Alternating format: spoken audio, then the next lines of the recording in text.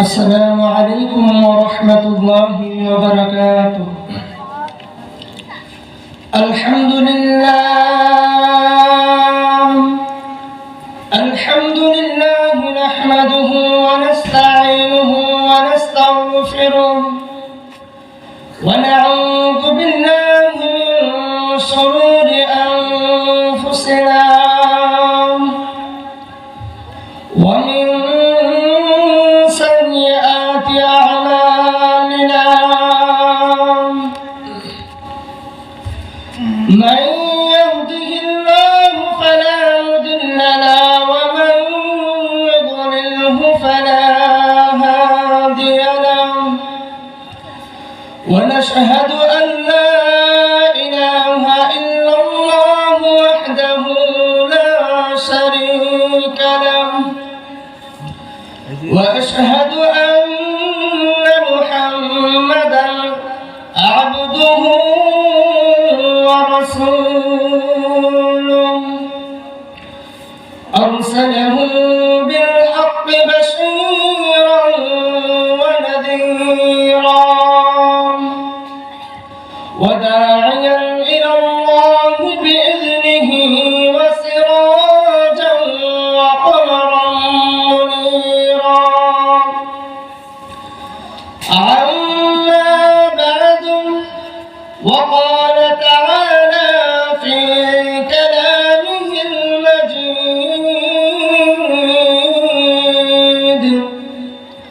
والفرقانه الحميد: أعوذ بالله من الشيطان الرجيم. بسم الله الرحمن الرحيم. كل نفس ذائقة الموت وإنما توفون أجوركم يوم القيامة. فمن زحزح عن النار وأدخل الجنة فقد فاز وما الحياة الدنيا إلا متاع الغرور. وقال تعالى في كلامه المجيد: ألا بذكر الله تطمئن القلوب. لا إله إلا الله. لا إله إلا الله. لا إله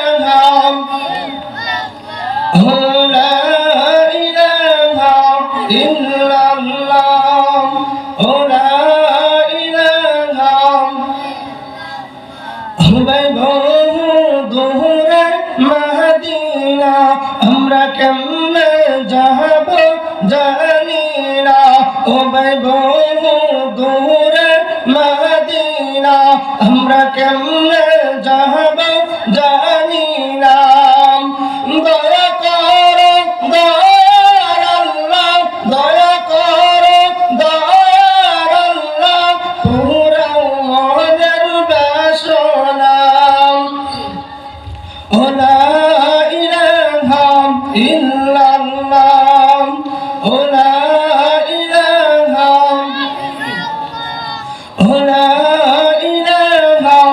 إلا الله. لا إله এই কালে মন বন্ধ বেলাম কাজে লাগবে মরণ বেলাম। এই কালে মন বন্ধ বেলাম কাজে লাগবে মরণ বেলাম। এই কালে মা করবে যারা কহবর হবে উজালা। লা ইলাহা আর জোরে লা ইলাহা ইল্লাল্লাহ। লা ইলাহা ইল্লাল্লাহ লা ইলাহা ইল্লাল্লাহ লা ইলাহা ইল্লাল্লাহ লা ইলাহা ইল্লাল্লাহ হিংসা সাহারা নিন্দা সার মনের অহংকার হিংসা সার নিন্দা সার মনের অহংকার মনের ময়লা দুর্ভাবে বাই মনের ময়লা দুর্ভাবে বাই মাওলা পাকের জিকির লা ইলাহা ইল্লাল্লাহ লা ইলাহা ইল্লাল্লাহ লা ইলাহা ইল্লাল্লাহ লা ইলাহা লা ইলাহা ইল্লাল্লাহ লা ইলাহা আসিয়া খেলছেন প্রেমের খেলাম ফেরাউন দেয় করে কতই জালাম আসিয়া খেলছেন প্রেমের খেলাম ফেরাউন দেয় করে কতই জালাম আল্লাহ বলে ওগো জিবরাইল আল্লাহ বলে ওগো জিবরাইল খুলে দাও তার মনের তালা লা ইলাহা ইল্লাল্লাহ হর জোরে লা ইলাহা ইল্লাল্লাহ লা ইলাহা ইল্লাল্লাহ লা ইলাহা ইল্লাল্লাহ লা ইলাহা ইল্লাল্লাহ লা ইলাহা ইল্লাল্লাহ মুহাম্মাদুর রাসূলুল্লাহ সাল্লাল্লাহু আলাইহি ওয়াসাল্লাম শাতাঙ্গা বাইতুল ফাতাহ কেন্দ্রীয় জামে মসজিদ ও দারুল ফাতাহ হাফিজিয়া ও কেরাতিয়া মাদ্রাসার উদ্যোগে 25তম বার্ষিক ওয়াজ ও দোয়া মাহফিল সভাপতি হযরত মাওলানা উমর ফারুক সাহেব ইমাম ও খতিব বালুকা মডেল থানা জামে মসজিদ প্রধান বক্তা আল্লাহ হাফেজ মাওলানা মুফতি আবুল কালাম আইয়ুবী সাহেব আমার সামনে উপবিষ্ট আমার মুরব্বী আদান ও ছোট ছোট সোনামণিরা এবং পর্দার আড়ালে মা ও বোনেরা সকলে আল্লাহ তাআলার কাছে শুকরিয়া আদায় করি আলহামদুলিল্লাহ ইনশাআল্লাহ আমি যে কয়েকটি আয়াত পড়ছি ইনশাআল্লাহ চেষ্টা করব ওর উপর কিছু কথা বলার জন্য কুল্লু নাফসিন যায়িকাতুল মাউত দুনিয়ার মধ্যে এমন কোনো বিষয় নেই যে বিষয়ের মধ্যে মানুষের কোনো ইখতিলাফ নেই বরং সকল বিষয়ে কিছু না কিছু মতাবেক্য থাকে অবশ্যই আছে তবে একটি বিষয় এমন আছে যে বিষয়ে দুনিয়ার সব মানুষ ঐক্যবদ্ধ পোষণ করে তা হলো মানুষের মৃত্যু সে মুসলমান হোক অমুসলিম হোক হিন্দু হোক বৌদ্ধ হোক খ্রিস্টান হোক ইহুদি হোক সকলেই বিশ্বাস করে যে মরণ একদিন হবে কিন্তু আমরা মুসলমান আমাদের সকল কিছু বাস্তব অবাস্তব সব কিছু আমরা বিশ্বাস করি এই বিশ্বাসকে আরো মজবুত ও দৃঢ় করতে আল্লাহর রাসূল ও আল্লাহ তাআলার কোরআনের বাণী ও হাদিসের বর্ণনা আমাদের বাক্যকে আরো মজবুত ও দৃঢ় করিয়া দেয় ওই উদ্দেশ্যে আল্লাহ তাআলা সূরা আলে ইমরানের 175 নম্বর আয়াতে বলেন কুল্লু নাফসিন যায়িকাতুল মাউত ওয়া ইন্নামা তুওয়াফাউনা উজুরাকুম ইয়াওমাল কিয়ামাহ يوم القيامة فمن زحزح عن النار وأدخل الجنة فقد فاز وما الحياة الدنيا إلا متاع الغرور প্রত্যেক পানিকে মৃত্যুর স্বাদ গ্রহণ করতে হবে কিন্তু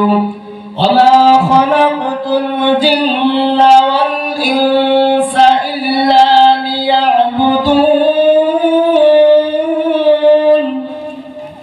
জিন এবং ইনসান এই দুইটা জিনিসেরই কিয়ামতের দিন হিসাব নিকাশ হইবে আল্লাহ তাআলা বলেন কিয়ামতের দিন জিন এবং ইনসান এই দুইটা জিনিসের হিসাব নিকাশ হবে এই বর্ণনায় হযরত আবু হুরায়রা রাদিয়াল্লাহু তাআলা আনহু হতে বর্ণিত রাসূল করিম সাল্লাল্লাহু আলাইহি ওয়াসাল্লাম বর্ণনা করেন তোমাদের মধ্যে যখন কেউ মৃত্যুবরণ করবে তখন তোমাদেরকে যখন দাফন করানো হবে তোমাদের কবরের মধ্যে দুইজন ফেরেশতা আসেন একজন মুনকার আর অপরজন নাকির ওই মুনকার নাকির যখন কবরের মধ্যে আসে আসিয়া ওই মৃত ব্যক্তিকে বসাইয়া তখন তাকে প্রশ্ন করে হে মৃত ব্যক্তি তুমি হযরত মুহাম্মদ মুস্তাফা সাল্লাল্লাহু আলাইহি ওয়াসাল্লাম সম্পর্কে কি জানো যদি মৃত ব্যক্তি মুমিন বান্দা হয় তাহলে সে বলবে আমি হযরত মুহাম্মদ মুস্তাফা সাল্লাল্লাহু আলাইহি ওয়াসাল্লামকে দুনিয়াতে বিশ্বাস করিয়াছি এবং আল্লাহ তাআলা ছাড়া আর কোনো মাবুদ নাই